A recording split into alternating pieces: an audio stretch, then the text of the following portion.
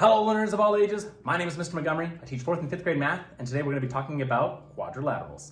Now, quadrilaterals, as a review, is a polygon with 4 sides. And there's different types of classifications of quadrilaterals. We have the trapezoid. Now, the trapezoid has all different side lengths, but 2 of the sides are parallel to each other, meaning they run kind of next to each other and they never ever cross. So we have this side and this side are parallel to each other. This is classified as a trapezoid.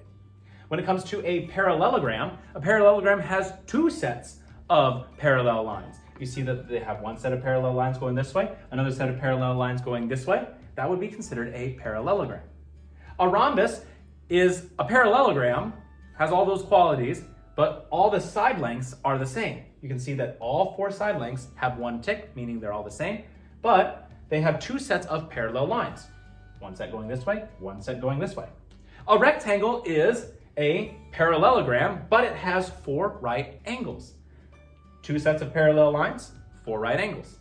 And a square is technically a rectangle and a rhombus and a parallelogram because it has all those qualities, but it's essentially a quadrilateral with 4 equal sides and 4 right angles.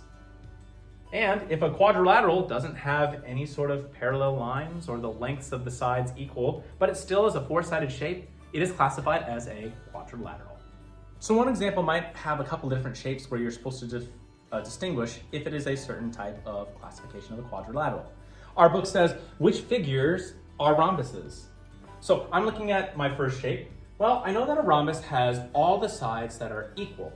So I know that these 2 are parallel to each other, and these 2 are parallel to each other, but they're different side lengths. So this one is not considered a rhombus. Now this one has all the sides that are the same length, and it has 2 sets of parallel lines. This would be considered a rhombus.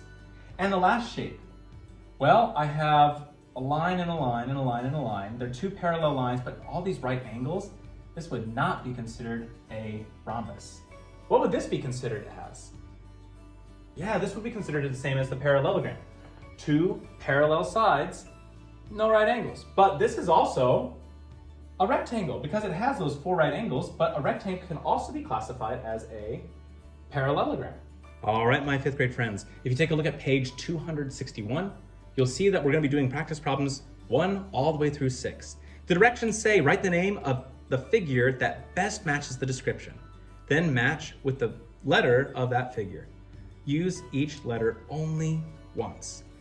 If you have any questions on quadrilaterals, please let me know when you come to class tomorrow.